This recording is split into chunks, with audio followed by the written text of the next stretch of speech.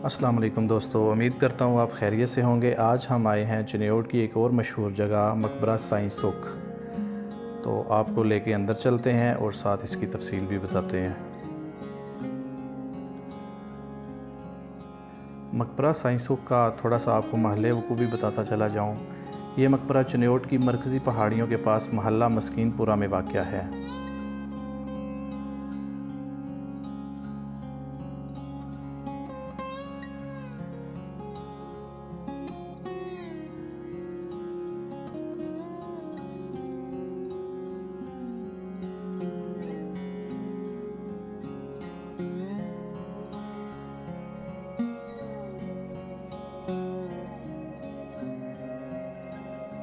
ये मकबरा मुग़ल और जदीद तर्ज़ तामीर का इम्तज़ाज है। ये मकबरा ज़मीन से 3 फुट बुलंद चबूतरे पर बनाया गया है। पहली मंजिल चकोर है, जबकि दूसरी मंजिल हश्त पहलू और इसके ऊपर गुंबद बनाया गया है। पहली मंजिल के चारों इतराफ 12 दरी बनाई गई है। 12 दरी के सतूनों और फर्श को संगे मरमर से मुज़य्यन किया गया है।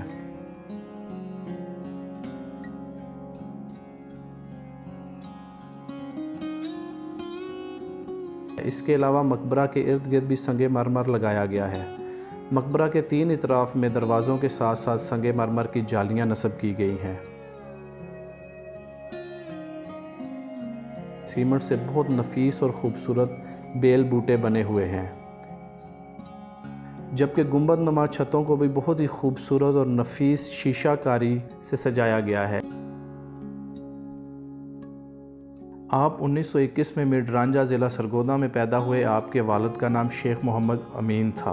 अभी आपकी उम्र 5 साल थी कि आपके वालिदैन मिडरांजा से सुकूनत तर्क करके चिन्योट मुंतकिल हो गए और महल्ला कमानगरा में रहाइश इख्तियार कर ली। आपने इस्लामिया हाई स्कूल चिन्योट से प्राइमरी तक तालीम हासिल की और फिर स्कूल को खैराबाद कहकर वालिद के साथ बान सूतर के कारोबार में लग पड़े। 15 साल की उम्र में आपकी शादी आपके चचा शेख अब्दुल्ला की साहिबजादी से हो गई, जिनका नाम आयशा बीबी था।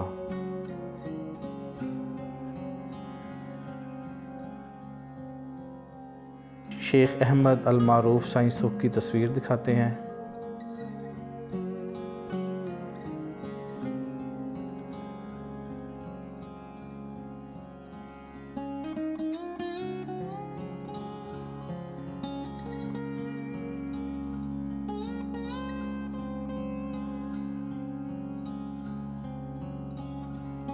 आपके मकबरा से निकलकर आपके पोता जो बाहर बैठे हैं उनसे थोड़ी सी बातचीत करेंगे। अस्सलाम वालेकुम। जी वालेकुम अस्सलाम। ये थोड़ा सा इनके बारे में बता दीजिएगा। ये मेरे बेटा मिडराजे में सरकार की विलादत हुई थी 13 रजब को। ठीक है।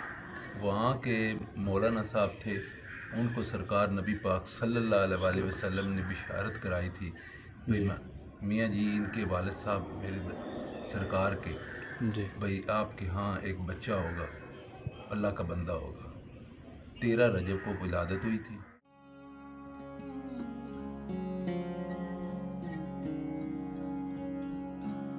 कहते हैं कि दुनियावी कारोबार में आपका जी नहीं लगा। आप अक्सर ज़िक्र व अज़कार के लिए दरियाए चनाब की तरफ जंगलों में निकल जाते और सुबह से शाम तक ज़िक्र व फ़िक्र में मशगूल रहते।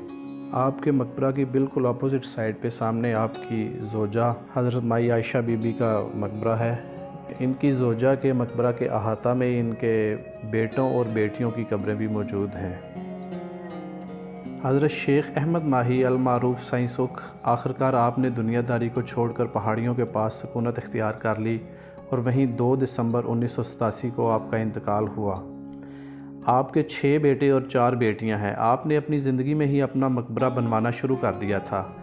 इसकी बुनियाद अपने हाथ से 1970 में रखी और 15 साल की मुद्दत में 1985 में ये मकबरा मुकम्मल हुआ। इस खूबसूरत मकबरा के अलावा एक और मकबरा भी है जिसको माई साहिब का मकबरा कहते हैं। ये मकबरा 4 पहलू है और इसके चारों तरफ 12 दरी बनाई गई है। ये 12 दरी के दरो दीवार पर मुख्तलिफ़ रंगों से खूबसूरत नक्काशी की गई है जो काबिल दीद है।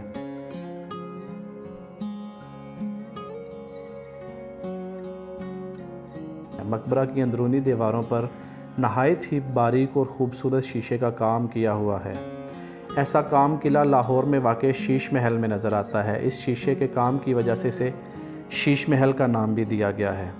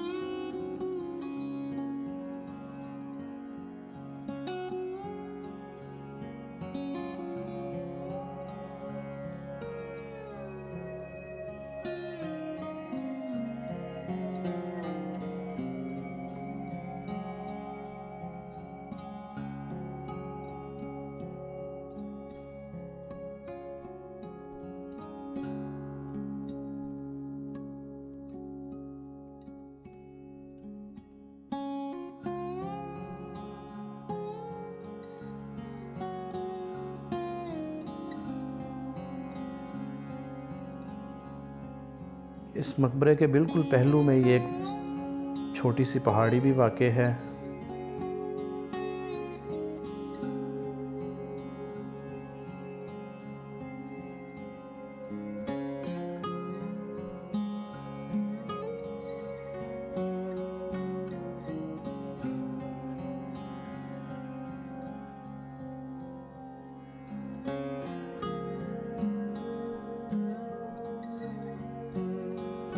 इन खूबसूरत मकाबर के अलावा एक सीढ़ियों वाला मीनार भी है जो तकरीबन 80 फीट बुलंद है।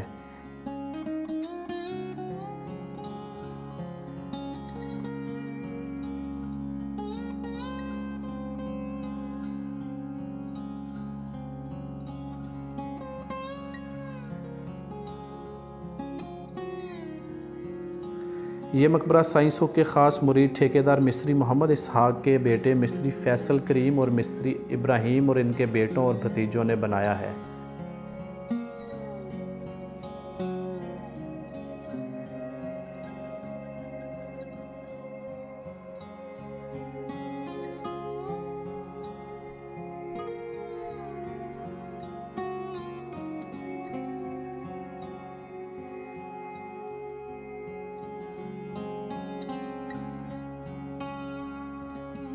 इसकी खूबसूरत तामीर देखकर कहा जा सकता है कि ताजमहल आज भी तामीर हो सकता है।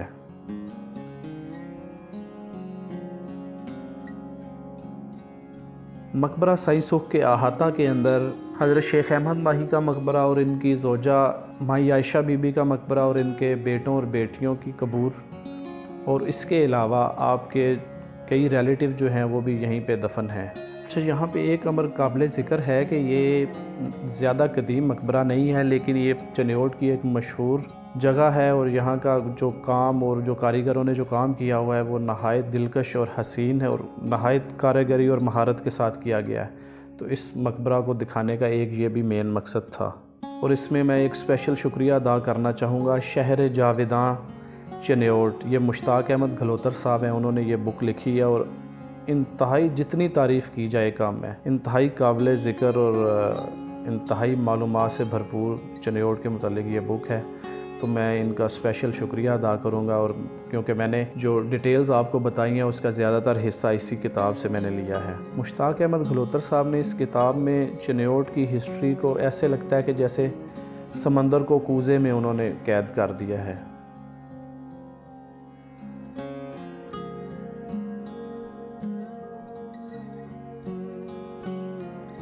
ये मकबरा तकरीबन 10 कनाल पर वाक़ है और शुरू में सिर्फ 10 मरला ज़मीन लेकर उस पर मकबरा की तामीर शुरू की गई थी। बाद में इसके अंदर ज़मीन ख़रीदते गए और साथ शामिल करते गए। तो दोस्तों, अगर आपको मेरी वीडियो पसंद आए तो मेरे चैनल को सब्सक्राइब करें, वीडियो को लाइक करें और वीडियो को शेयर करें। अपना बहुत सारा ख्याल रखिएगा और दुआ में याद रखिएगा। अल्लाह हाफिज़।